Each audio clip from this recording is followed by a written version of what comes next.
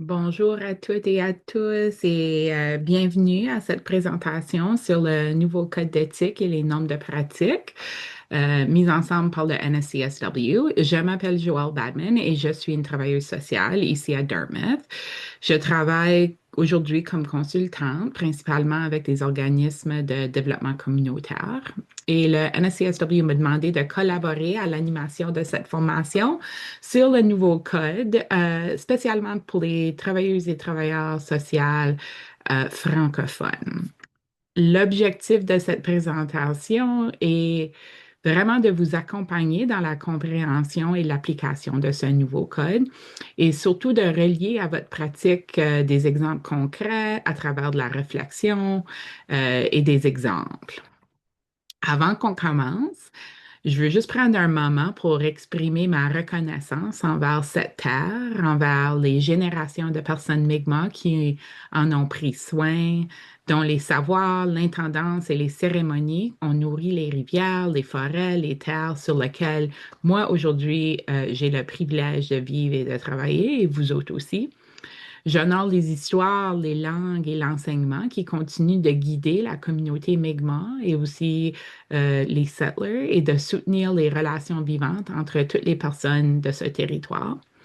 Ces enseignements ne font pas seulement partie du passé, ils constituent un savoir vivant vraiment qui continue de façonner la vie en Mi'kmaqui aujourd'hui.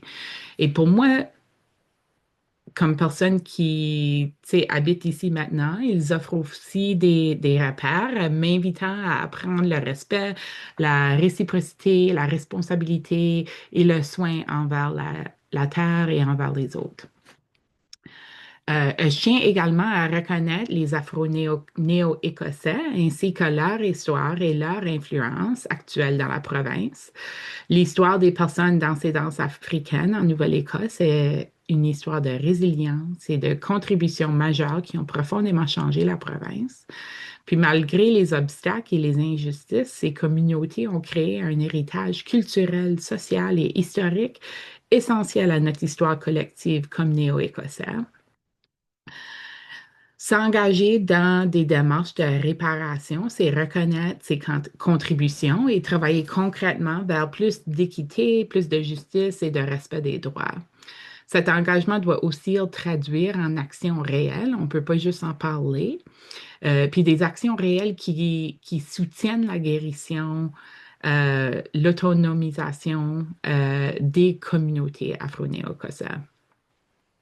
Les réparations sont vraiment une responsabilité morale et concrète pour reconnaître et corriger les torts causés par le racisme anti-noir ici en Nouvelle-Écosse et aussi partout au Canada. Et si voulez en savoir plus, il y a un lien juste au bas de la page pour apprendre davantage sur l'engagement du NSCSW en matière des réparations. Et puis finalement, avant qu'on commence, le collège rend aussi hommage aux Acadiens présents à Mi'kmaqui depuis le début du 17e siècle, dont l'histoire est marquée à la fois par le grand dérangement et par un retour empreint de résilience et de détermination. En tant qu'Acadienne du Nouveau-Brunswick, moi, je me sens liée à cet héritage et je suis certaine que plusieurs d'entre vous qui regardent cette vidéo sont aussi Acadiens. Et nous partageons cette histoire et cette responsabilité aussi de vivre notre culture ici dans la province. Euh, alors, bienvenue à tous. Pour commencer, on va parler un petit peu de comment le nouveau code d'éthique et les normes de pratique ont été élaborés. Euh, on va prendre un petit peu de temps d'explorer la philosophie et les valeurs qui ont guidé cette nouvelle version du code. Puis ensuite, durant notre temps ensemble, on fera des activités qui vous permettront d'appliquer concrètement ces notions. C'est des activités de réflexion. Alors, quand on a une activité, vous pouvez juste mettre la vidéo sur pause pour prendre du temps à y penser, peut-être prendre des notes, ou si vous voulez prendre plus de temps puis revenir aux vidéos une autre fois, vous pouvez faire ça aussi. Excusez-moi. Puis ensuite, après ça, ben, on va conclure en résumant les points clés et ça sera tout fini. Puis quand vous êtes, comme vous avez peut-être vu, les objectifs de cette session, vraiment, c'est qu'on veut que les travailleurs sociaux dans la province peuvent mieux comprendre la nouvelle version du Code d'éthique et de normes de pratique et comment l'intégrer concrètement dans votre travail quotidien. Puis ensuite, on va réfléchir à nos valeurs, nos croyances et nos façons de voir le monde afin de soutenir une pratique plus éthique, plus décoloniale, plus engagée vers la justice sociale et l'équité. Et enfin, le troisième but, c'est vraiment de renforcer nos compétences pour appliquer de façon concrète les valeurs, les principes et les normes d'éthique dans notre pratique professionnelle. Vous devez tout le savoir, mais si vous regardez la vidéo dans son entier, ça peut être comptabilisé dans vos heures obligatoires de développement professionnel, puis ça compte comme une valeur d'éthique. Ça, c'est les 5 ou 6 heures qu'on a besoin de faire sur des sujets spécialisés. Alors, celle-ci compte pour l'heure requis pour les éthiques. Puis si vous avez déjà fait de la formation sur les éthiques cette année, ben, vous pouvez l'inclure dans une catégorie de développement professionnel formal.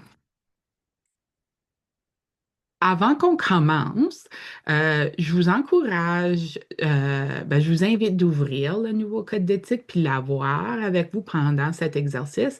On va beaucoup en parler. Vous allez vouloir avoir une copie pour les activités. Alors, il y a le lien sur la page. Il y a ce QR code qui est disponible aussi. Puis dans la description du vidéo sur YouTube, il devrait aussi avoir un lien pour ouvrir le document. OK. On va commencer par explorer un peu l'histoire et le contexte de la création de cette version du Code d'éthique et de normes de pratique, parce que c'est vraiment notre fondement pour une pratique éthique comme travailleurs sociaux. Ça faisait plus que 20 ans se sont écoulés depuis la dernière mise à jour du Code d'éthique. C'est vraiment une longue période sans mise à jour. Puis le monde a beaucoup changé dans ces dernières 20 ans. Il y avait un peu de mise à jour en temps des normes de pratique durant cette période, mais le code et les normes de pratique tout ensemble n'avaient jamais vraiment été révisés depuis 2007 environ. Euh, puis cette version vraiment vise à garantir que pas nécessairement cette version, mais tout, tu sais, avoir un code d'éthique et des normes de pratique, vraiment, ça vise à garantir que nos documents fondamentaux reflètent bien la réalité du travail social et qu'ils s'alignent sur les principaux défis auxquels nous faisons face dans notre pratique et comme une société aussi.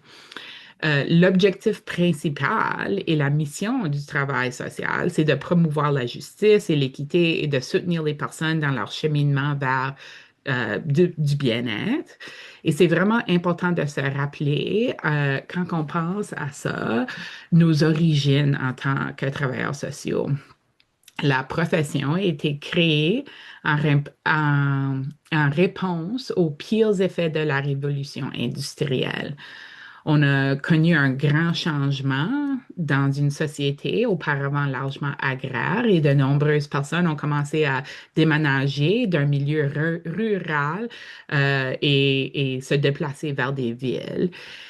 Et euh, avec l'essor du capitalisme, de l'industrie, de la fabrication, manufacturing, on a beaucoup observé que ces personnes rentraient dans des centres urbains et on voyait la pauvreté vraiment fortement concentrée dans ces régions. Il n'y avait pas seulement de nombreux problèmes sociaux, mais aussi il y avait très peu d'infrastructures sociales pour adresser ces problèmes. On n'avait pas des lois sur le travail dans ce temps-là. On n'avait pas de filet de sécurité sociale, à part de ce que les églises pouvaient offrir et il y avait un peu des organismes de bienfaisance, mais vraiment, il y avait pas, on n'avait pas comme société décidé que c'était des choses qu'on avait besoin, puis on en avait besoin. Puis dans ce contexte-là, le travail social a vraiment été créé en grande partie pour atténuer les pires effets de cette transformation industrielle. Puis c'était vraiment afin d'éviter de déclencher une révolution plus large, comme on en observait à l'époque. dans certaines parties du monde, dans ce temps-là, il y avait vraiment un désir de renverser les systèmes capitalistes pour des modèles plus socialistes et centralisés. Et le travail social a vraiment été conçu pour réduire les effets négatifs du système capitaliste et éviter une plus grande transformation sociale.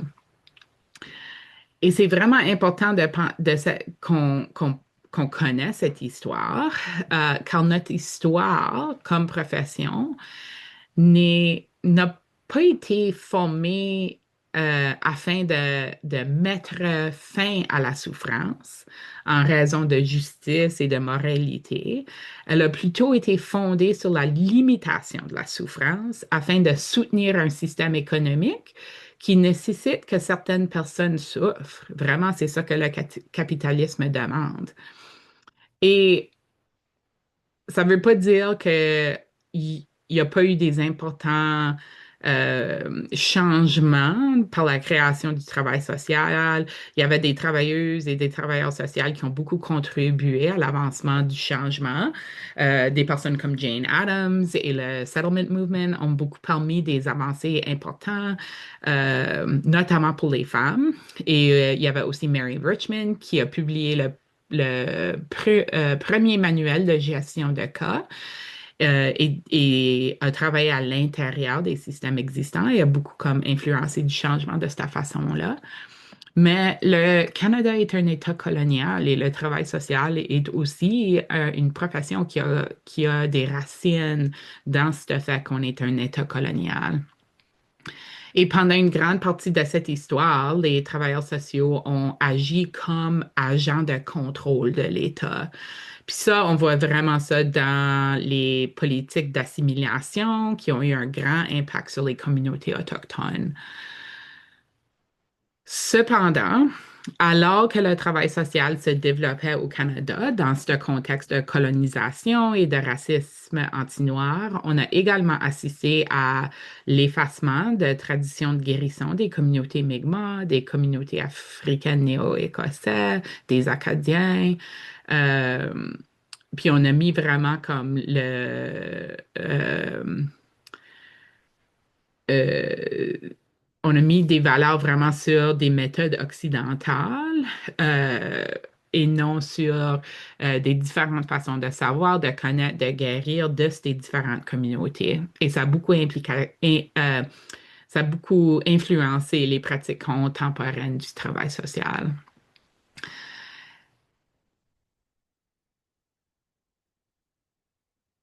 C'est-à-dire aussi que vraiment, ces pratiques de guérison et de soins communautaires n'ont pas été reconnues ni dans le travail social et ni dans la société. Et c'est vraiment un héritage de préjudice qui a causé ceci. Et c'était des efforts délibérés pour effacer ces façons de savoir. Alors, c'est vraiment important de aussi reconnaître que le travail social a participé au génocide des peuples autochtones et a contribué à maintenir du racisme dans nos systèmes et dans nos structures existantes aujourd'hui. Et il nous revient maintenant de nous appuyer sur ce nouveau code d'éthique pour reconnaître que le travail social est toujours en évolution. Et c'est une chance de réimaginer et de changer comment est-ce qu'on approche notre travail et comment est-ce qu'on comprend notre position en société comme travailleurs sociaux. Et puis, ce code met vraiment l'accent sur la justice et l'équité et le fait qu'on doit plaider en faveur de réformes systémiques afin de construire une société plus inclusive et plus juste. La structure du nouveau document est un petit peu différente que celle auparavant.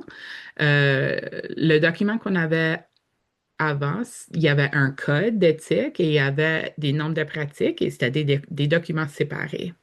Dans cette nouvelle version, vous allez voir qu'ils sont tous interreliés par sept valeurs fondamentales.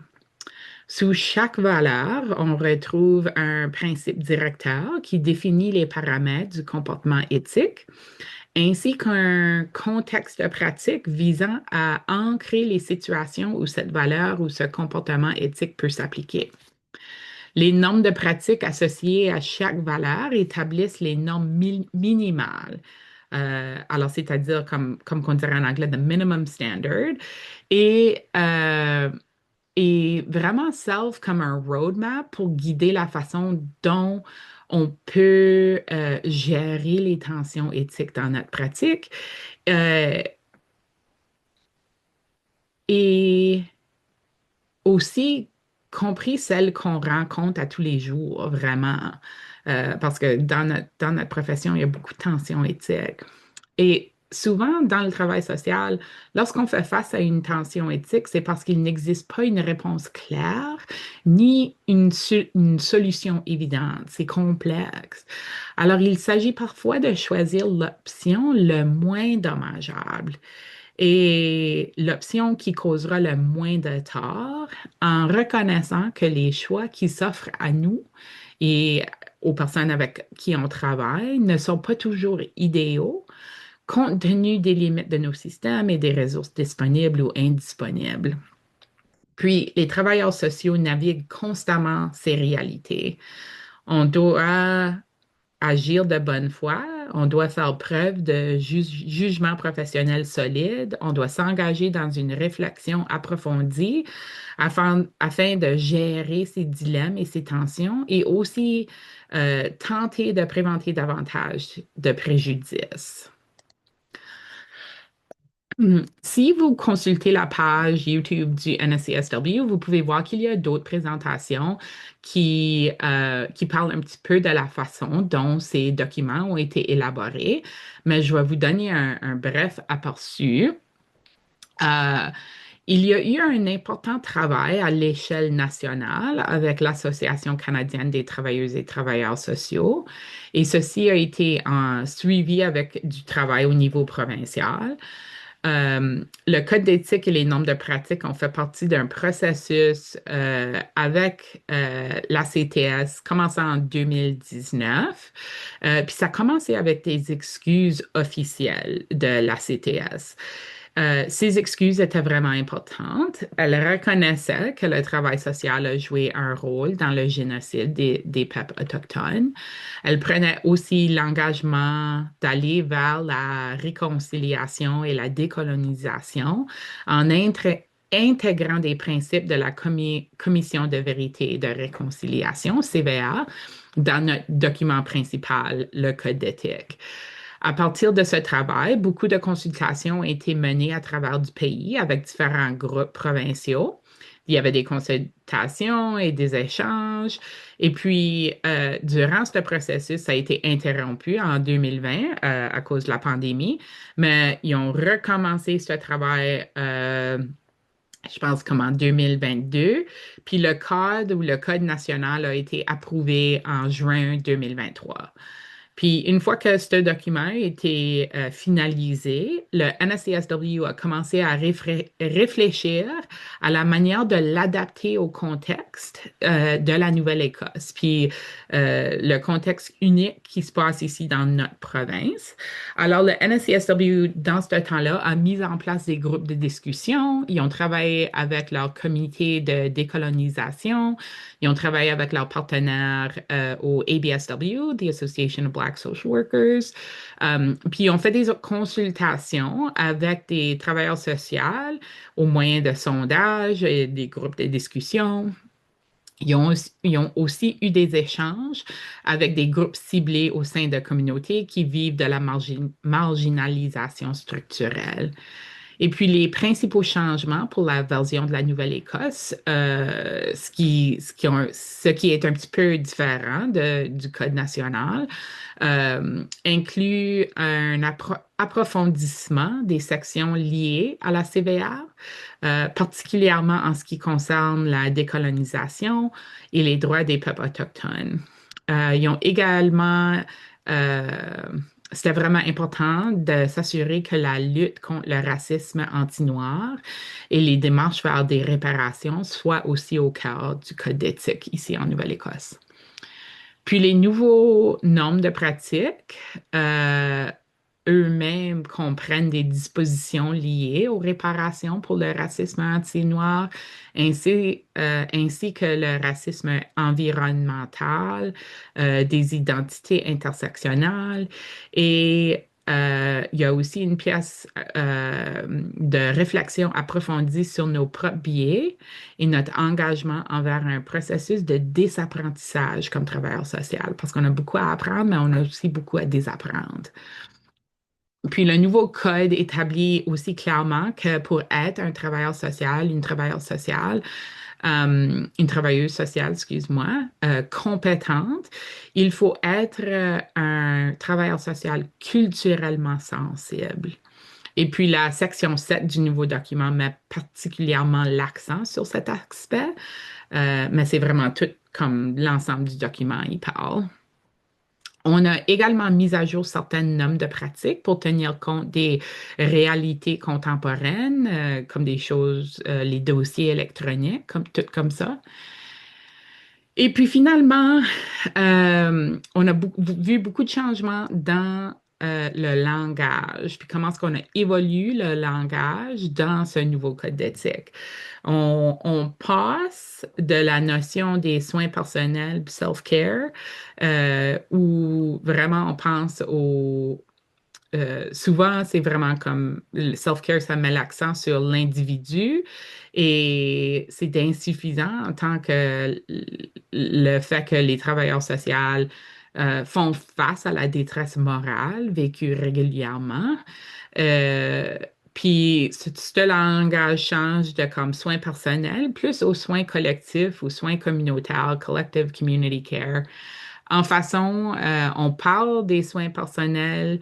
Quand on parle des soins personnels, vraiment, ça peut nuire à notre capacité de préservation et de résilience dans la profession. Puis là, dans le nouveau document, l'accent est mis sur le fait que pour être à notre meilleur et pour renforcer notre résilience, on doit contribuer au changement et aux soins euh, au sein de la communauté et aux soins collectifs et que cela nous permet aussi de recevoir du soutien et de la résilience en retour. Et finalement, il y avait aussi dans le nouveau document des mises à jour qui ont renforcé euh, le fait que les travailleurs sociaux ont besoin de vraiment se concerner à, ou pas concernés, excuse-moi, qui ont besoin de savoir et comprendre une approche sensible au traumatisme et vraiment avoir une pratique basée sur la compréhension des traumatismes. Alors, pourquoi est-ce que ces changements étaient-ils importants? Vraiment, c'est parce que la conception de l'éthique en travail social a beaucoup évolué. Puis on passait d'un modèle on avait un modèle auparavant qui était vraiment rigide, axé sur les règles. Puis là, on va à une approche qui est plus souple, qui met l'accent sur les relations humaines et le contexte réel. Si on examine l'évolution de notre éthique, notre code d'éthique est toujours influencé par les réalités économiques, sociales et les politiques qui nous entourent, mais ce n'était pas nécessairement avant un document flexible à la réalité du monde et de nos communautés. Lorsqu'on regarde l'évolution de l'humanité et que l'on remonte au Moyen Âge, à l'époque où le niveau d'alphabétisation était faible, ce qu'on considérait la vérité était vraiment construite et contrôlée par l'Église et par les personnes qui avaient le pouvoir en son sein, alors on dirait les prêtres. C'est eux qui déterminaient ce qui était bien, ce qui était mal, comment une personne devrait agir, puis c'était quoi la vérité.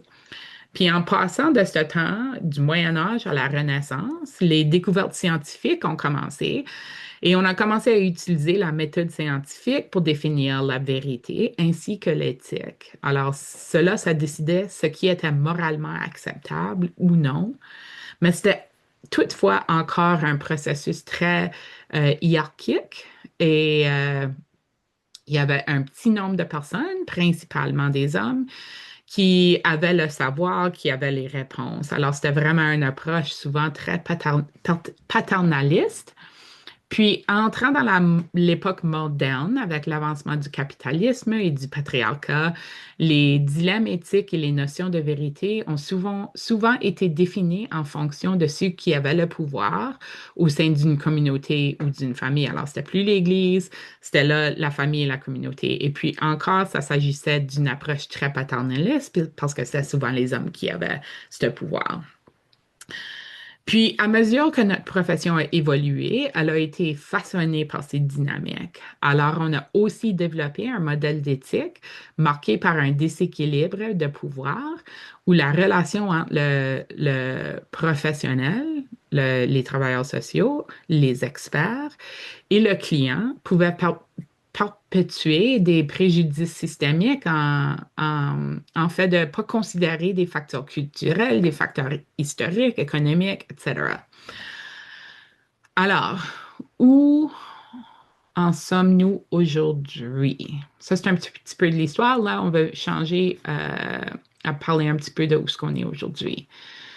Aujourd'hui, là, on aborde l'éthique à partir d'un cadre davantage relationnel. Puis c'est vraiment fondé sur la co-construction du sens, co-creation of meaning, et de la compréhension. On travaille aussi beaucoup à partager le pouvoir et aussi simplement à analyser les dynamiques de pouvoir. Ça, c'est vraiment important aujourd'hui dans nos pratiques. La relation elle-même entre les travailleurs sociaux et les clients devient essentielle pour comprendre nos obligations éthiques et pour établir des liens avec les personnes que nous accompagnons. Puis dans ce contexte, l'éthique est co-construite par des conversations, des dialogues, la compréhension mutuelle. Puis ce qui est vraiment important, c'est un cadre de connexion entre les travailleurs sociaux et les personnes avec qui on travaille. Puis, dans cette perspective, quand on pense à des éthiques relationnelles, la sensibilité culturelle et la capacité de réflexion de soi ou l'autoréflexion sont vraiment essentielles euh, dans comment on travaille avec des personnes, des familles, des communautés. Et ceci nous permet vraiment de mieux comprendre ce qui mène les personnes dans la relation d'aide, les tensions qu'ils vivent, et ensemble, on peut construire une compréhension et un plan de comment est-ce qu'on peut aller de l'avant. Et dans cette nouvelle méthode ou application d'éthique relationnelle, là, on ne dit plus, ben, moi, je suis l'expert, je vais vous dire quoi faire, mais plutôt, vous êtes l'expert dans votre propre vie. Moi, j'ai des compétences et des connaissances comme travailleuse sociale. Puis, ces connaissances et ces compétences peuvent soutenir ce processus, mais j'ai aussi des biais et j'ai aussi mon propre parcours et j'ai des croyances façonnées par mes expériences. Et toi aussi, tu as la même chose. Et puis ensemble, cette approche d'éthique relationnelle, le dialogue sert à explorer ces éléments et à construire un sens commun afin de tracer un parcours à suivre. Puis cette approche permet vraiment de dépasser des modèles de soins eurocentriques occidentales, puis plutôt honorer des façons de connaître et de reconnaître que la pratique éthique exige de remettre en question les systèmes oppressifs. Et on ne peut pas remettre en question les systèmes oppressifs en travaillant des mêmes modèles occidentaux qu'on a toujours travaillé.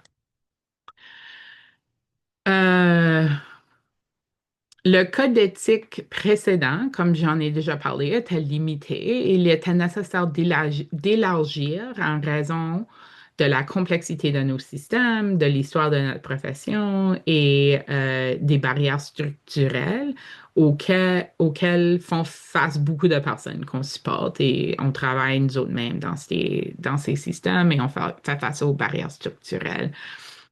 En temps des tensions éthiques de la pratique, Merlinda Weinberg, qui était une ancienne professeure à Dalhousie en travail social, elle souligne que l'accent traditionnel mis sur la relation individuelle entre le travailleur, la travailleuse sociale et le client, comme un à un, posait des problèmes parce que c'était trop limité pour bien comprendre et bien résoudre ces tensions et ces barrières structurelles. Ce qui est proposé ici avec le nouveau code, c'est vraiment une compréhension de l'éthique politisée au sein d'un P minuscule, pas politique majuscule, mais vraiment, il existe une tension entre ce que les travailleurs sociaux souhaitent faire et ce qu'elles peuvent faire réellement et ce qu'elles peuvent accomplir dans leur pratique dans des systèmes problématiques. Alors, Dr. Weinberg parle de l'importance d'accepter ce paradoxe. Il existe vraiment un inconfort entre le travail qu'on fait, les valeurs qu'on porte et ce qu'on peut réellement ce qu'on est réellement en mesure de réaliser dans notre pratique. Et vraiment, comme un bon exemple, c'est le domaine de la protection de l'enfance. Les travailleurs sociaux doivent veiller au respect des droits des enfants et au bien-être des familles, ce qui peut parfois signifier enlever un enfant de son milieu familial. Puis cela crée vraiment une tension éthique parce qu'on manque souvent des ressources et il y a aussi un manque de trajectoire favorisant le bien-être des enfants et des familles. Tandis qu'il existe une forte présence de systèmes de surveillance, de contrôle et d'intervention qui peuvent être préjudiciables. Alors, c'est vraiment dans ce contexte paradoxal, on sait il y a pas assez de voies favorisant le bien-être. Il y a pas assez d'accès au logement, à l'emploi, aux soins de santé, aux soins communautaires, aux réseaux de solidarité. Alors, les travailleurs sociaux vraiment doivent travailler avec les conséquences de ces défaillances structurelles, ce qui cause des tensions entre aussi nos obligations institutionnelles, que les règles qu'on a besoin de, puis les politiques qu'on a besoin de suivre, et nos propres valeurs professionnelles. Alors souvent, ces deux-là vont pas bien ensemble.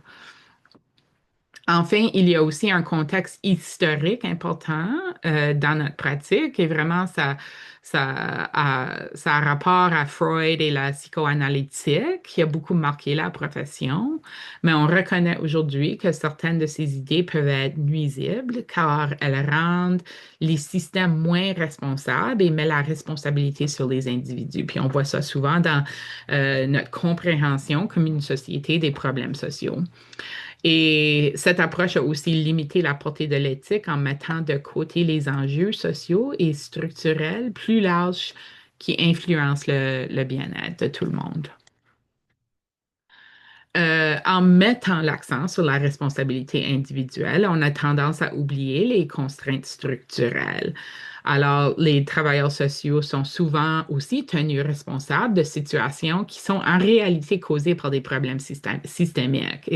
Mais on met l'accent sur l'individu, sur la personne individuelle et aussi sur les travailleurs sociaux comme individus. Il y a aussi une partie ici qui a rapport à la mondialisation et le gestionnariat. En anglais, ça serait managerialism. Hum. Euh, Puis dans ce monde, ça a aussi créé des défis dans les services sociaux et le travail social. Un bon exemple de ça, c'est de tous ceux et celles que vous savez qui sont des travailleurs sociaux, combien sont supervisés ou relèvent directement à un autre travailleur social. De plus en plus souvent, ce n'est pas le cas. Euh, les travailleurs sociaux relèvent plutôt de personnes à l'extérieur de la profession, des personnes qui ne partagent pas nécessairement le même code d'éthique et qui, dans certains cas, ne comprennent pas les valeurs fondamentales du travail social ou la mission du travail social. Puis dans ce contexte, le gestionnaire, excuse-moi, met l'accent sur la gestion des risques et l'efficacité plutôt que sur les dimensions morales, les dimensions de la justice, de l'équité, euh, et, et aussi sur les éthiques auxquelles les travailleurs sociaux font face quotidiennement. Et finalement, euh, un autre point, juste un petit peu en temps de l'idée d'élargir le champ d'éthique, Dr. Weinberg indique aussi que les travailleurs sociaux doivent aussi examiner les structures de pouvoir dans lesquelles elles travaillent, ainsi que leur propre rôle dans des fois la reproduction ou la remise en question de ces structures. Alors, juste un autre couple de points pour parler de la différence entre le nouveau code et l'ancien code de la CTS de 2004. Le nouveau code d'éthique,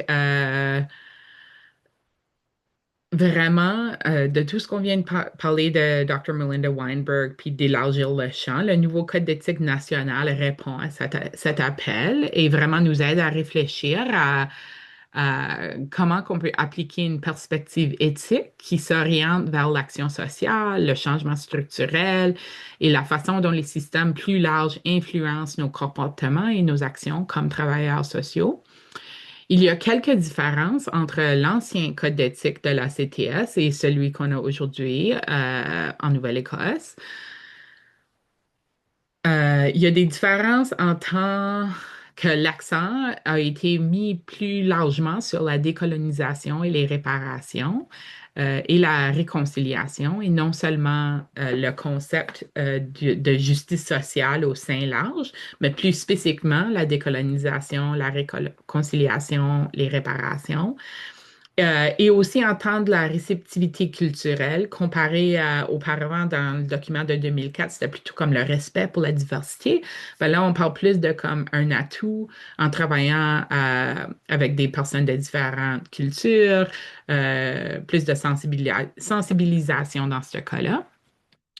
Et vraiment, l'autre accent, c'est le fait qu'on n'est pas capable de seulement apprendre. On n'est pas capable d'apprendre si on n'est pas aussi prêt à désapprendre. Et il s'agit aussi de reconnaître les systèmes de savoir spécifiques qui influencent notre pratique, ainsi que notre responsabilité d'être informé et transformé par d'autres systèmes de connaissances. Alors ça, c'est comme penser à des modèles de connaissances qui viennent des communautés autochtones, des communautés afro-néo-écossaises, des communautés acadiennes, des communautés immigrants, etc. Le champ d'application de la justice sociale a aussi changé et a été élargi pour inclure l'environnement, les réparations, ainsi qu'un plaidoyer ciblé pour les communautés acadiennes, les communautés autochtones et les personnes en situation de handicap. Le document est plus clair quant au rôle et aux actions lorsqu'on travaille avec ces communautés et le document devient davantage structuré sur le plan systémique. On espère vraiment que ce document deviendra un outil central pour comprendre le rôle du travail social, la profession de... excuse-moi, je regarde juste mes notes. Si on utilise ça comme un document central, comme qu'on devrait, on aura vraiment plus une compréhension plus robuste de l'impact des déterminants sociaux de la santé sur les personnes, ainsi que leur capacité d'améliorer leurs conditions euh, en fonction des contraintes structurelles. Et puis vraiment, cela exige qu'on a un plus profond et continu effort envers l'apprentissage, ciblé en matière de sensibilité culturelle. Et ça, c'est aussi indiqué dans la section en temps du développement professionnel continu pour les travailleurs sociaux. Un autre changement à noter, c'est vraiment que pour les personnes qui offrent des services cliniques en pratique privée, il y a ils ont aussi élaboré des normes de pratique qui sont spécifiques pour les spécialistes cliniques. Ces normes de pratique s'ajoutent aux normes de pratique générales. Alors, c'est comme des considérations supplémentaires à prendre en compte dans le cadre des soins cliniques. C'est comme qu'on dirait, comme imaginer superposer des images sur un projecteur à transparence. Puis là, vous allez savoir, je suis pas mal bien en disant ça. Mais ça, c'est ce que ces normes de pratique clinique ont conçu pour faire part, pour comme s'ajouter par-dessus les normes de pratique générale. Il y a aussi plus de clarté en temps d'approche holistique des soins cliniques.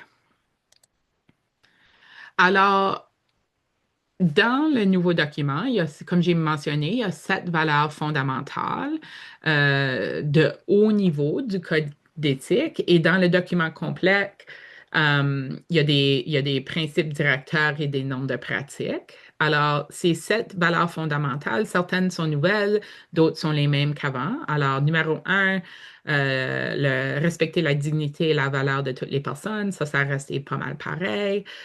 Promouvoir la justice sociale, celle-là a aussi resté pareil, mais comme j'ai parlé, on a vu comme un approfondissement des concepts de décolonisation, réparation, réconciliation.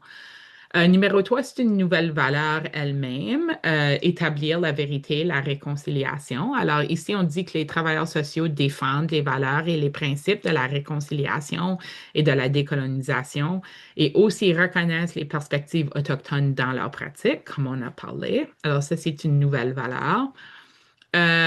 Numéro 4, valoriser les relations. Ça a changé un petit peu. Le rôle du travail social est vraiment d'agir dans le meilleur intérêt des personnes qu'on accompagne. Il existe souvent un conflit dans cet égard. Les systèmes sont hiérarchiques. Oh, j'ai de la misère avec ce mot-là. Hiérarchiques, axés sur la gestion des risques et fonctionnent souvent d'une manière centrée sur le système plutôt que centrée sur les personnes individuelles. Et puis cela place le travail social dans une tension. Puis l'objectif demeure de servir au mieux les intérêts des personnes et non les intérêts des systèmes ou des organismes. Alors vraiment ici, on met l'accent sur les relations avec les personnes avec qui on travaille et non l'accent sur le soutien ou le sustaining des systèmes même.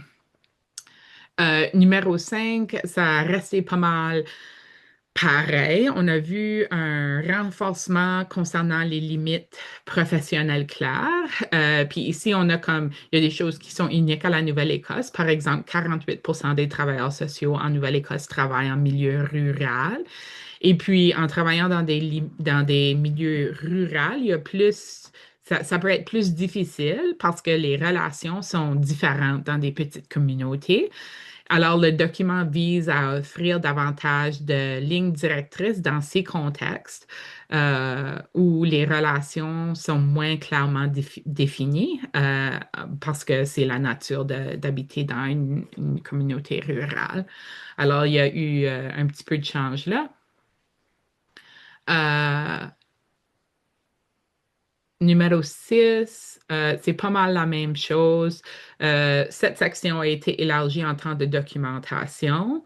Puis dans ce cas-ci, on parle de comme la co-construction de la documentation parce qu'il y a une reconnaissance que la documentation, c'est aussi une forme de pouvoir. Alors, quand on travaille avec les gens, on a besoin de comme aussi penser à comment les documents peuvent renforcer différents éléments de pouvoir. Puis, euh, numéro 5, c'est changer. Ici, vraiment, quand on parle d'une pratique compétente en travail social, on parle d'une pratique culturellement sensible.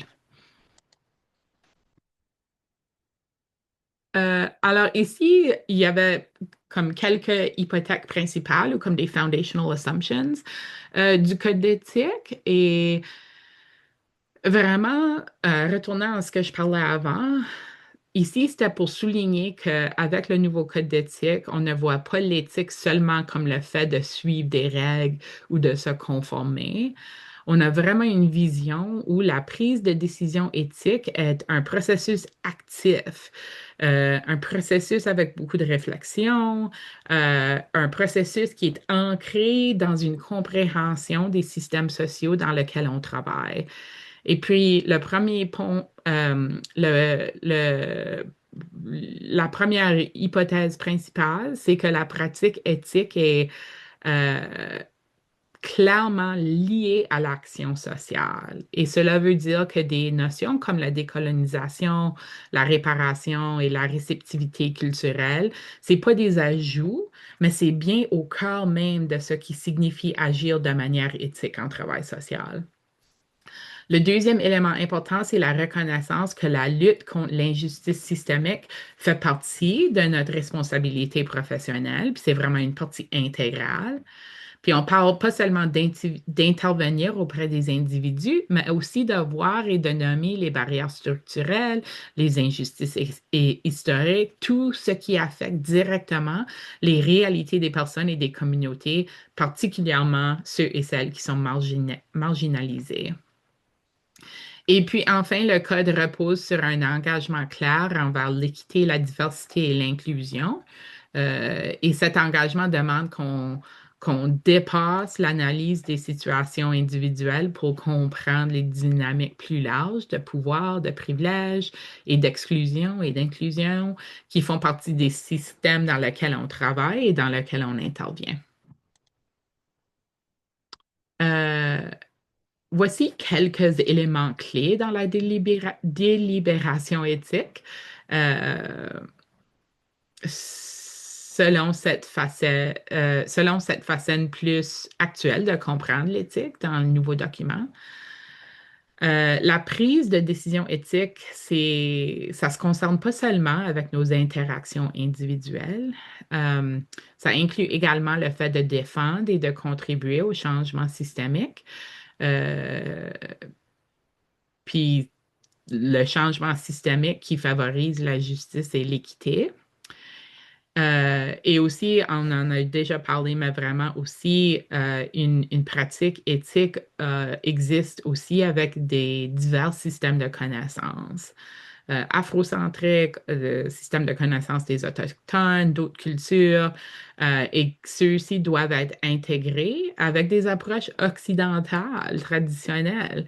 Puis quand on fait ça, on s'approche envers une pratique de comme il dirait en anglais, two-eyed seeing. Alors, avoir ces différentes approches, ça nous donne plus une meilleure perspective sur la réalité parce qu'on engage avec plusieurs systèmes de connaissances. Troisièmement, c'est le fait qu'une autoréflexion critique doit être constante et c'est vraiment important. Quand vous avez probablement fait votre éducation en travail social, ça faisait partie de la formation. Moi, je suis éducatrice dans le système Andalousie et on parle beaucoup et souvent de l'autoréflexion. C'est quelque chose qui fait partie du curriculum. Mais cependant, une fois qu'on commence à travailler, on voit souvent qu'il y a moins de temps pour l'autoréflexion. C'est plus difficile à maintenir. Il n'y a pas assez de temps. On fait face souvent à des situations de crise. Et puis, le nouveau code insiste que l'autoréflexion doit vraiment rester au cœur de notre pratique quotidienne et qu'on trouve le temps, euh, qu'on trouve le support pour être capable de faire l'autoréflexion régulièrement. Et un autre élément clé de comme une pratique éthique, c'est un engagement envers l'apprentissage tout au long de la vie et aussi une reconnaissance qu'il y a beaucoup de choses qu'on ne connaît pas. Et ceci s'agit de aussi avec nous-mêmes, avec ceux qu'on travaille, avec les personnes, les individus, les familles, les communautés qu'on supporte. C'est aussi le fait de prioriser l'expérience vécue. Euh, et comment est-ce qu'on les différentes perspectives, disons, des gens qui utilisent les services. Euh, et puis tout cela est supporté par un engagement de développement professionnel continu qui soutient l'ensemble de ces dimensions, qui supportent une pratique éthique.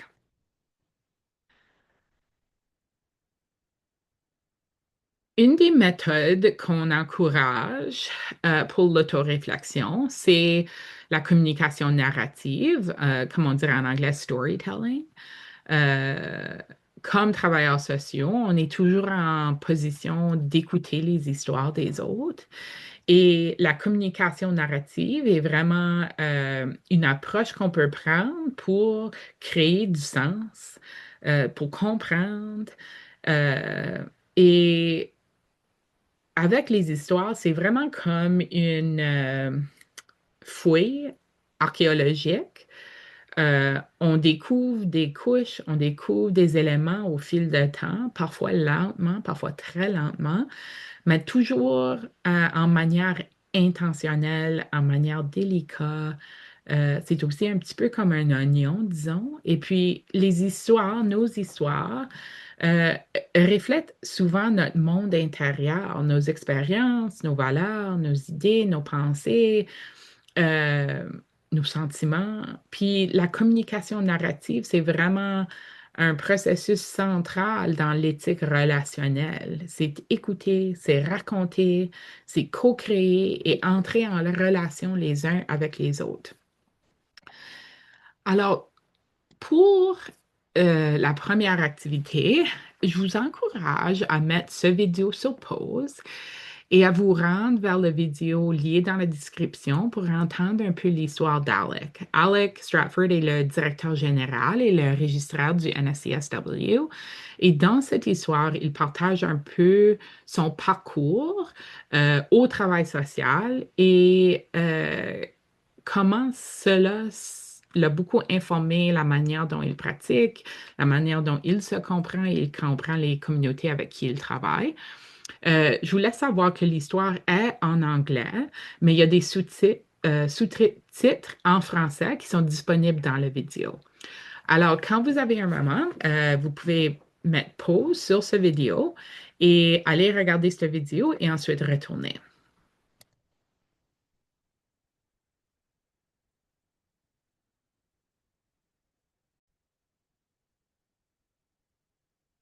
Alors, là que vous avez écouté l'histoire d'Alec, je vous invite à prendre une minute pour réaliser cette activité d'autoréflexion. Et encore, vous pouvez mettre la vidéo sur pause une fois que vous êtes prêt. Alors ici, je vous invite à prendre le temps d'écrire votre propre histoire. Euh, puis ça, vraiment, c'est votre histoire personnelle de comment vous êtes arrivé au travail social. Et c'est quoi les expériences, les motivations ou les moments qui ont vraiment influencé votre parcours. Puis une fois que pendant que vous écrivez votre histoire, je vous invite à porter attention aux pensées, aux émotions, les valeurs ou les présupposés qui apparaissent dans votre récit. C'est quoi qui vous semble le plus important? Et puis, une fois que vous avez tout écrit votre histoire, prenez un moment pour réfléchir à ce que vous avez écrit ou ce que vous avez noté. Qu'est-ce qui vous a relié au travail social? Est-ce qu'il y avait des obstacles ou des défis que vous avez rencontrés? Qu'est-ce qui est unique de votre parcours et euh, euh, quel sens lui donnez-vous aujourd'hui? What meaning do you give it today?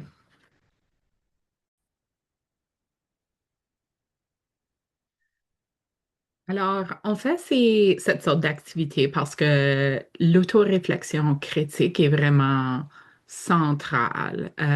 Puis c'est central à notre pratique pour quatre raisons.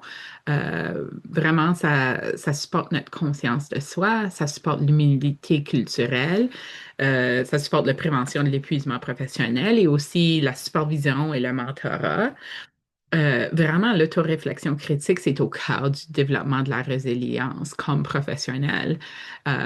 Puis quand on développe notre résilience, ben là, on est plus capable de lutter contre l'épuisement professionnel. Euh, le point autour de la supervision et le mentorat, c'est vraiment le fait que quand on peut prendre un moment pour la réflexion, pour analyser notre pratique, quand on peut aussi bénéficier de l'expérience et des conseils des collègues qui ont plus d'expérience, euh, ça nous supporte, puis ça supporte en temps de la création vraiment d'une communauté de pratique et d'autres personnes alentour de nous qui sont sur le même parcours. Vraiment, le nouveau code met de l'avant le fait que l'autoréflexion critique est essentielle, mais vraiment, euh, c'est pas juste une option ou quelque chose qui est comme, ah, c'est nice to have, mais vraiment, c'est une exigence fondamentale de la pratique professionnelle du travail social. Puis ça nous invite vraiment aussi pour approfondir notre autoréflexion critique. On a aussi besoin d'utiliser différents cadres de réflexion, des approches comme two-eyed seeing, des approches afrocentriques, la pratique tenant compte des traumatismes. Puis on utilise des différentes approches pour vraiment comprendre nos réalités professionnelles et les réalités des personnes à qui nous accompagnons. Euh, L'idée ici, c'est aussi de reconnaître qu'il n'y a pas juste une seule façon de produire du savoir ou de comprendre une situation. On doit être capable d'engager avec des différents systèmes de connaissances et d'expérience. Et puis vraiment, la pratique d'autoréflexion critique, ça soutient directement notre capacité à prendre des décisions éthiques plus solides.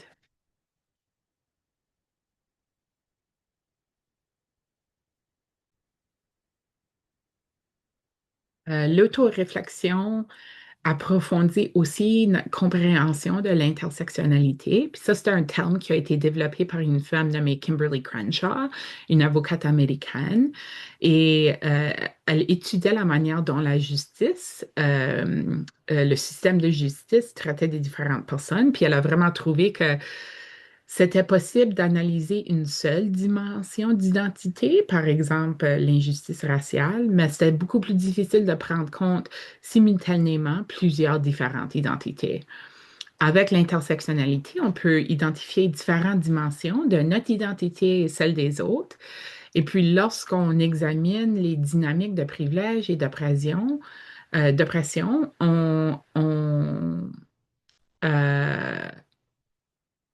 disons, excusez-moi, vraiment quand on examine notre société, puis les dynamiques de privilège et d'oppression, on sait dans notre société au moment et dans plusieurs sociétés autour du monde que le patriarcat, c'est vraiment bien présent, en fait dans la majorité du monde. Comme exemple, récemment, l'hôpital de IWK avait publié un rapport qui parlait de la santé des femmes. Puis ça a vraiment indiqué que le système médical est construit autour des besoins et des soins pour les hommes blancs cisgenres et que les soins offerts aux femmes et aux personnes non binaires sont vraiment insuffisants. Puis l'intersectionnalité met en évidence le fait qu'une personne peut vivre l'oppression en tant d'identité de femme dans plusieurs sphères de sa vie, comme l'accès des soins médicaux, mais qu'une femme noire, par exemple, vivrait une forme d'oppression différente et souvent amplifiée à l'intersection de ces identités. Dans l'image ici sur la disposition, on peut voir au centre du cercle, on place le mot pouvoir. Les personnes qui se situent plus près du centre peuvent bénéficier davantage du pouvoir, tandis que ceux qui sont envers l'extérieur du cercle peuvent vivre davantage l'oppression. Un exemple ici, si on regarde à la pièce bleue, c'est en matière de logement. Les gens qui ont des hypothèques, qui ont leur propre maison, ont plus de pouvoir parce que vraiment les hypothèques sont fixées pour une période déterminée. Euh, Ils vont pas avoir une augmentation arbitraire d'une année à l'autre ou d'un mois à l'autre. Puis ça, c'est contraire à la situation des locataires, eux autres, qui sont beaucoup plus vulnérables aux décisions des propriétaires. Puis encore avec moins de pouvoir que ça, c'est les personnes sans abri. Puis on peut voir ça surtout dans la manière qu'ils sont traités par leur communauté. Un autre exemple ici dans le cercle, c'est la langue. En Nouvelle-Écosse, parler en anglais, c'est avoir du privilège, du pouvoir. Vous le savez, les populations francophones ne sont pas toujours bien servies. Recevoir des services dans sa première langue, en français, ça peut vraiment entraîner un traitement différent.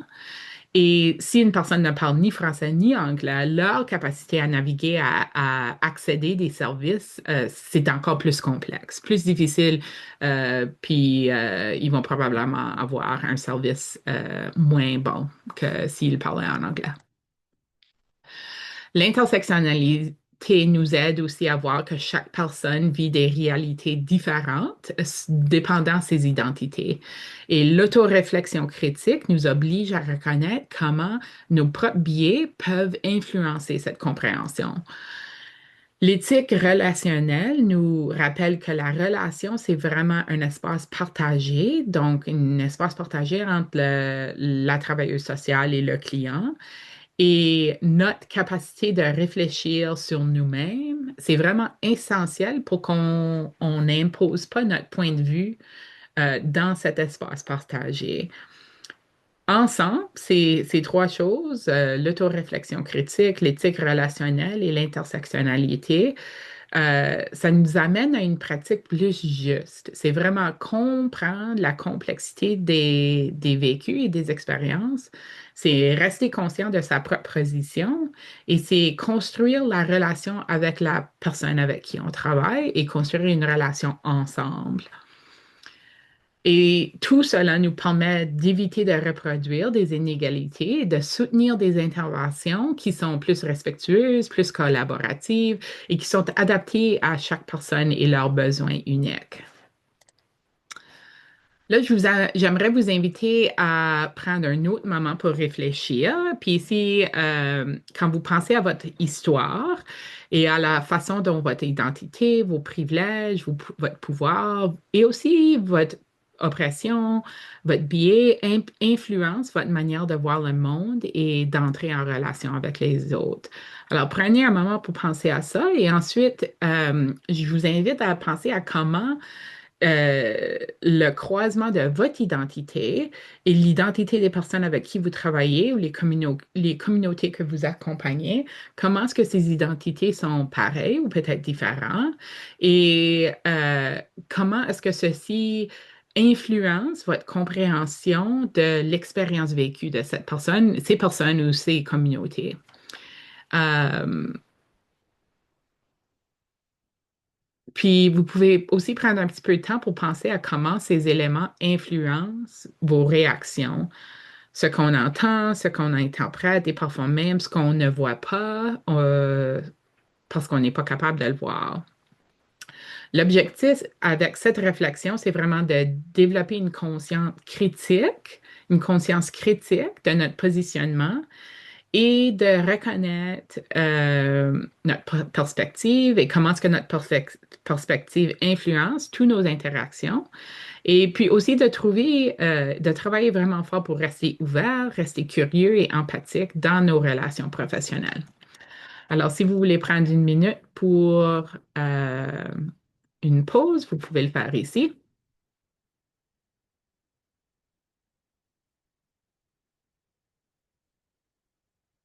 Alors, là, je vais parler un petit peu de comment est-ce qu'on peut transformer nos obligations éthiques en actions concrètes.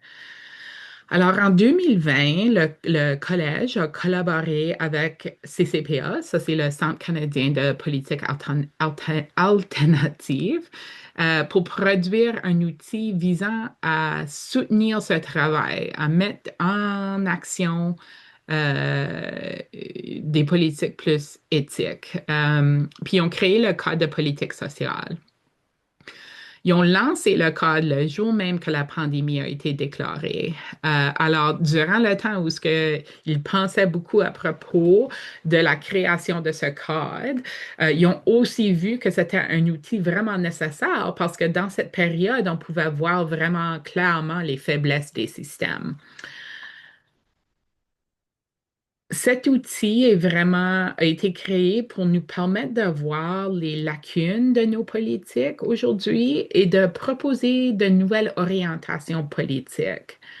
Ça, c'est un outil que le NSCSW utilise régulièrement. Ils l'ont utilisé en temps de la création de politiques alternatives à l'égard du logement, pour encourager des changements en matière du bien-être des enfants et des familles.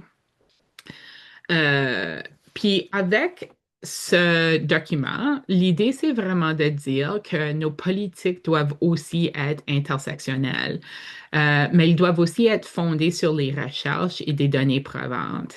Euh, et c'est aussi important qu'on a des outils pour tracer le progrès et les résultats parce que ça supporte plus la transparence, ça supporte plus démontrer comment est-ce qu'on fait des décisions, puis qui est invité à participer dans des décisions. Euh, et le Code de politique sociale aussi met en évidence la nécessité d'une gouvernance plus collaborative et démocratique. Puis ça, c'est vraiment le fait que les personnes qui utilisent des services, qui accèdent des services, ne sont pas toujours, en fait, sont probablement rarement inclus dans l'élaboration des politiques. Et puis ça vraiment, ça constitue un enjeu majeur parce que les personnes qui sont impactées par des décisions et par des politiques devraient être ceux et celles qui participent dans la création de ces politiques. Vous pouvez accéder le code de politique sociale ici avec le code QR. Il est aussi dans la description de la session sur YouTube. Je vous encourage de l'ouvrir parce qu'on va l'utiliser pour une réflexion. Alors, le guide est vraiment un outil pratique pour passer de l'éthique à l'action en matière de politique sociale.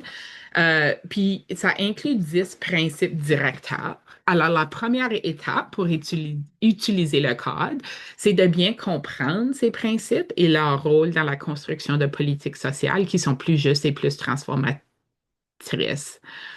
On peut voir ici dans le bas, on a les 10 principales, les 10 valeurs. Alors, il y a des choses comme l'universalité, la décolonisation, l'interconnexion, la démocratisation, la gouvernance partagée, l'équité fiscale, etc.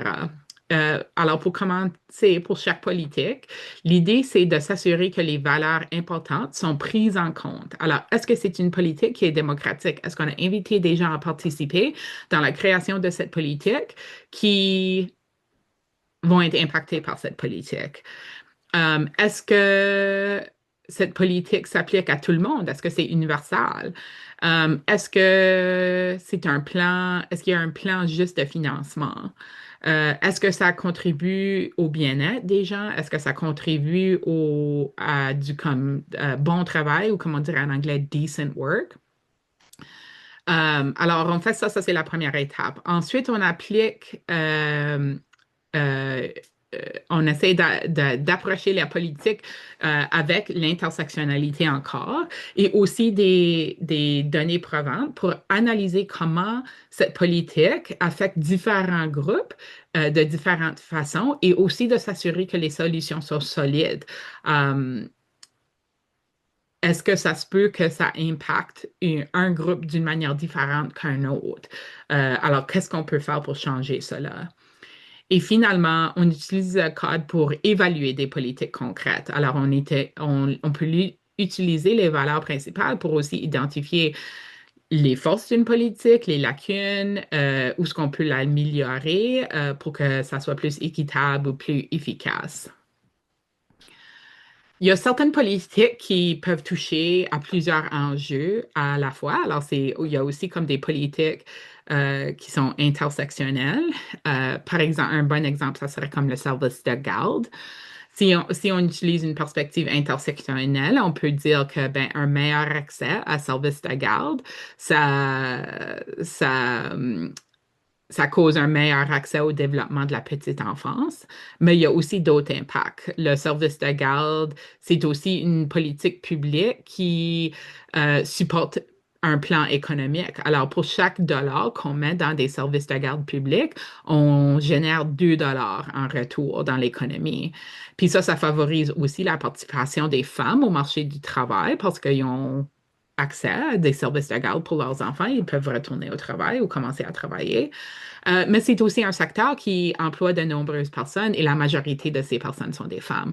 Alors, quand on regarde ça avec une perspective d'intersectionnalité, on peut voir qu'il y a une pièce sur l'économie, mais il y a une pièce sur l'expérience des femmes, il y a une pièce sur l'expérience des enfants. Alors, il y a plusieurs politiques qui fonctionnent de cette manière.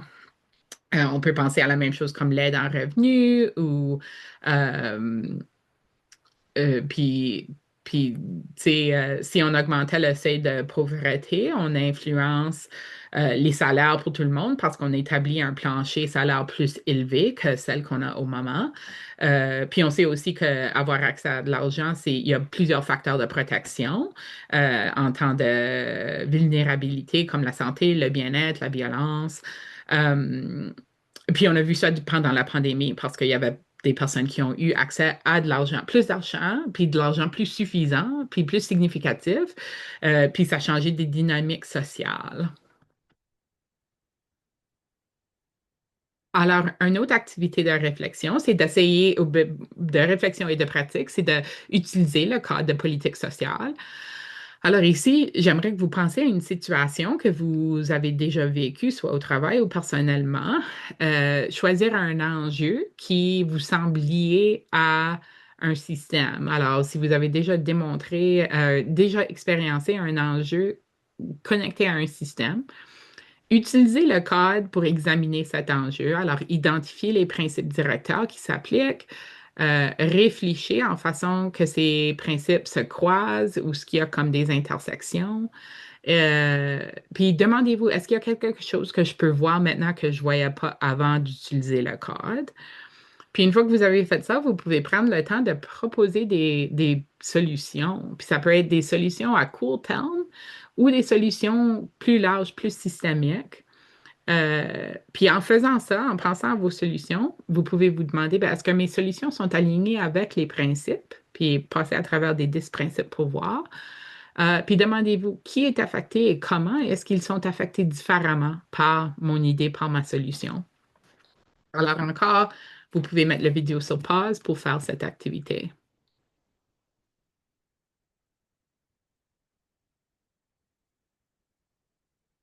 Il y a aussi une autre activité ici. C'est un outil, pas activité, excuse-moi, un outil développé par le Nova Scotia Legal Information Society. Ça s'appelle We Have Power. Ça, c'est un document qui a été créé pour donner aux gens les moyens de parler avec leur député provincial et pour plaider en faveur d'un changement significatif. Alors, c'est vraiment pour comme supporter comment commencer à avoir des conversations pour changer le système avec les personnes qui ont le pouvoir pour changer le système. Alors, puis il y a trois comme euh, importants points en termes de comment appliquer le guide pour avoir un impact éthique. La première chose, c'est d'apprendre comment le système fonctionne pour savoir où et comment bien agir. C'est important de savoir les différents niveaux de gouvernement, puis qui est responsable pour quoi, pour quand on met nos efforts à plaider, on les met à la bonne place avec la bonne personne. C'est aussi très important de communiquer de façon claire et respectueuse et qu'on pense au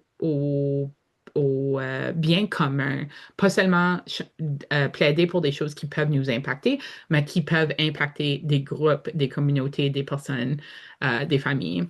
Et c'est aussi très important d'exprimer nos valeurs et nos expériences pour rendre notre démarche plus significative, pour vraiment comme démontrer euh, comment est-ce que ce problème a un impact personnel, puis comment est-ce qu'on peut changer cet impact.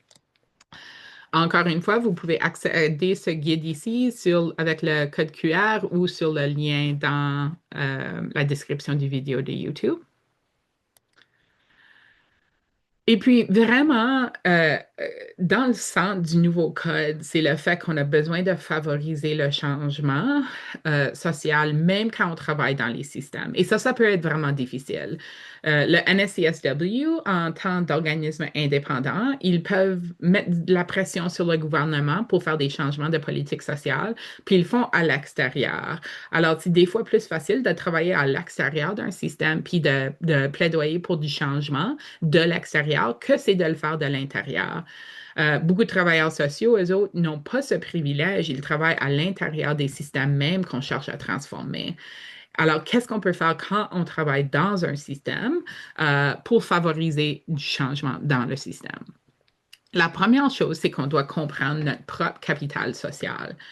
Ça vraiment, ça s'agit de comme on dit, comme capital en anglais, c'est de l'argent. Ben ça, c'est comme de l'argent social. Puis c'est vraiment quelque chose qu'on peut développer au cours du temps quand on travaille bien avec nos collègues, quand on a des bonnes idées, quand on est un contributeur significatif ou constructif dans notre travail, quand on a des bonnes relations avec nos leaders, tout ça, ça contribue à nous donner du capital social. Puis ce capital social renforce notre capacité à engager avec des personnes qui ont le pouvoir de favoriser le changement. On serait, eux autres, ils seraient plus ils nous écouteraient mieux quand on a de la capitale sociale. Alors, ça, c'est le premier point. Le deuxième point, c'est qu'on doit aussi comprendre les risques qui, qui existent, puis comment est-ce qu'on peut résister ces risques. Alors, il y a beaucoup de personnes, beaucoup de travailleurs sociaux qui travaillent dans le système, qui travaillent pour le gouvernement, puis ils ne seraient pas confortables à aller à leur député provincial, puis dire, moi, je travaille pour DOST, et ça, c'est tous les problèmes que je vois. Parce que ça peut nous rendre comme, il y a un risque à dire ça, puis à le dire toute seule, hein? Alors là, ici, c'est important pour avoir de la résistance au risque. C'est essentiel de bien comprendre notre contrat, de bien comprendre notre syndicat, si on en a un. Puis, c'est vraiment important de comprendre comment est-ce qu'on peut travailler d'une action collective pour faire ce changement. Puis ça vient au troisième point, c'est vraiment le fait que lorsque les voix sont organisé, unifié de façon collective. Euh, Parce que lorsque les voix sont organisées de façon collective, il y a plus de pouvoir à travailler ensemble, avoir plusieurs personnes qui disent, Hey, moi, je vois un problème, puis moi, je vois aussi des solutions.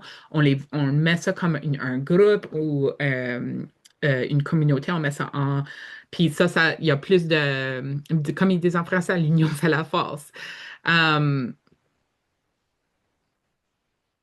Puis quatrièmement, c'est le fait que quand on voit des problèmes, quand on voit des solutions, c'est pas assez de le dire une fois. Vraiment, on a besoin de la persistance, puis c'est ça qui fait la différence. On a besoin de garder l'attention sur un enjeu. On a besoin de proposer des solutions chaque fois qu'on a l'occasion d'en présenter. Et on a besoin de le faire avec une voix collective. Euh, il faut avoir une perspective pour le long terme quand on travaille dans le travail social.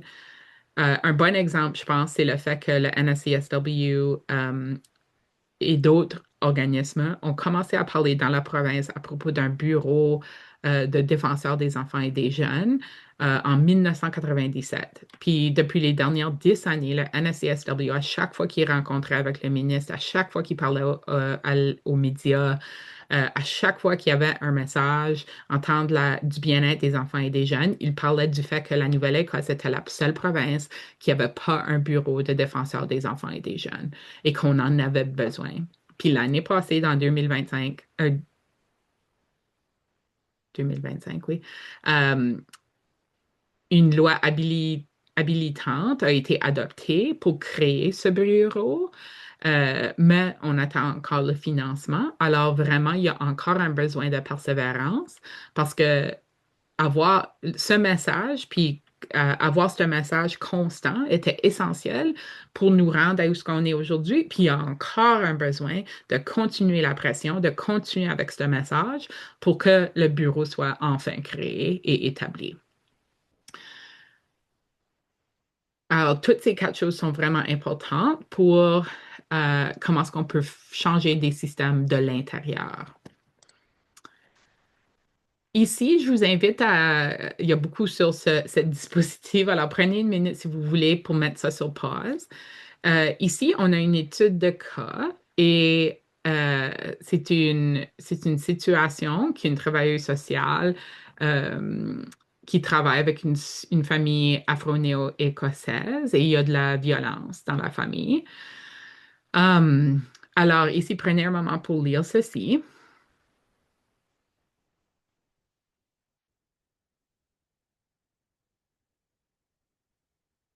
Et puis ici, des choses qu'on a besoin de considérer, c'est l'humilité culturelle et les réparations.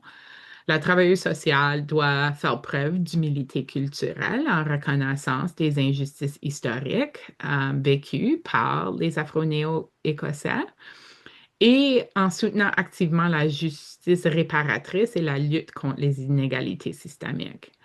Il y a aussi un besoin en temps du devoir de protection. La travailleuse sociale doit prioriser la sécurité, le bien-être de la personne survivante et des enfants, mais c'est possible aussi qu'il y a des actions qui vont aller contraire aux souhaits de la personne survivante, comme le signalement de la violence, ou ce qu'on pourrait peut-être avoir l'intervention des services de protection. Puis il y a aussi une pièce en temps de la préservation de la famille, de sécurité. Puis ça, ici, il y a comme la travailleuse sociale doit balancer le désir de préserver l'unité familiale avec le fait qu'on doit s'assurer de la sécurité de tout, en particulier les enfants. Puis ça conforme avec principe directeur 4.1 dans le code d'éthique. Alors, avant d'avancer, je vous demande vraiment de aussi penser quels autres facteurs seraient importants pour la travailleuse sociale à prendre compte dans le cas d'une réponse éthique. Alors, avec ce cas ici, pensez-y, mettre la vidéo sur pause si vous voulez.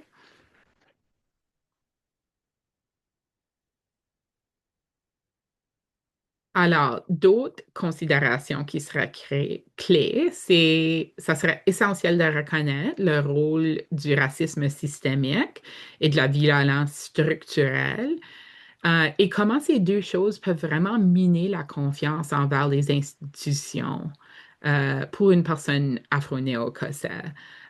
Ils vont peut-être vraiment pas avoir beaucoup de confiance parce qu'ils ont déjà vécu des instances de racisme systémique et de la violence des systèmes. Ça serait aussi super important de tenir compte au traumatisme, puis avoir ça comme une vue centrale. Il faut s'assurer que toutes les interventions ne rétraumatisent pas la personne survivante et ne reproduisent pas des préjudices qu'ils ont déjà vécus dans le système.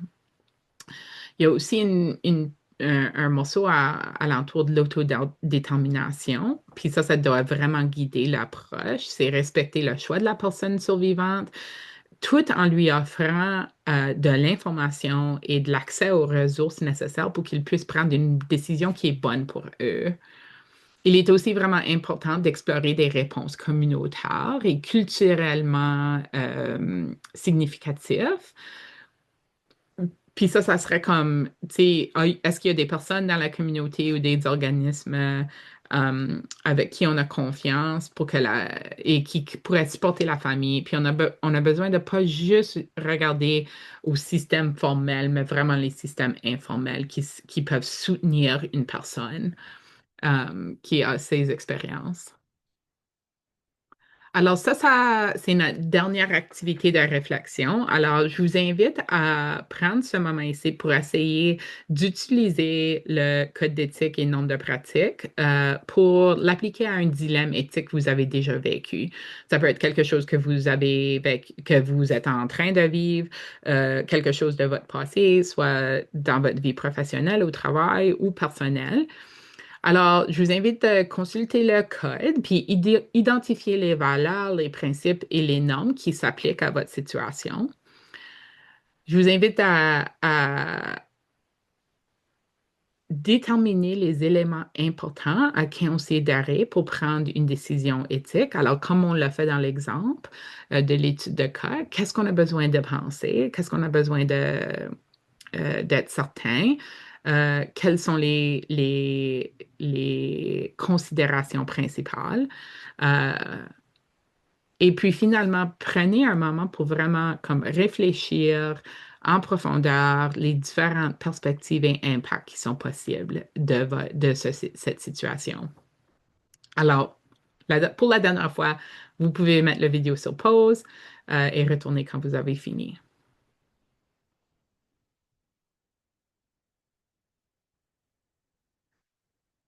On a quasiment fini. Avant de conclure, je vous invite à prendre quelques minutes pour compléter l'évaluation de cette session. Vous pouvez utiliser le code QR ou le lien dans la description. Vos commentaires, je vous invite à les partager avec le NSCSW parce que tous les commentaires en temps de développement professionnel améliorent leur formation et le NSCSW est mieux capable de répondre aux besoins réels des travailleurs sociaux. Alors, c'est vraiment une façon concrète pour aider le NSCSW a continué de développer des workshops qui sont vraiment utiles pour la pratique des travailleurs sociaux. Alors, merci pour votre temps aujourd'hui, puis pour avoir pris le temps de visionner cette session. J'espère que cela vous a permis d'approfondir votre compréhension du nouveau code d'éthique et des normes de pratique. Euh, on n'a pas pu faire cette présentation en personne ou en ligne ensemble, en présentiel, mais si vous êtes intéressé à poursuivre de la réflexion avec d'autres collègues francophones, c'est quasiment comme une communauté de pratique sur le code d'éthique et normes de pratique. Je vous invite à communiquer ceci avec le NSCSW pour exprimer votre intérêt. Puis, s'il y a assez d'intérêt, on pourrait peut-être rassembler un groupe de personnes pour avoir une conversation. Alors ça serait quelque chose pour parler avec Tyler Colburn au NSCSW. Encore une fois, un gros merci. Je vous souhaite une bonne journée et bon courage.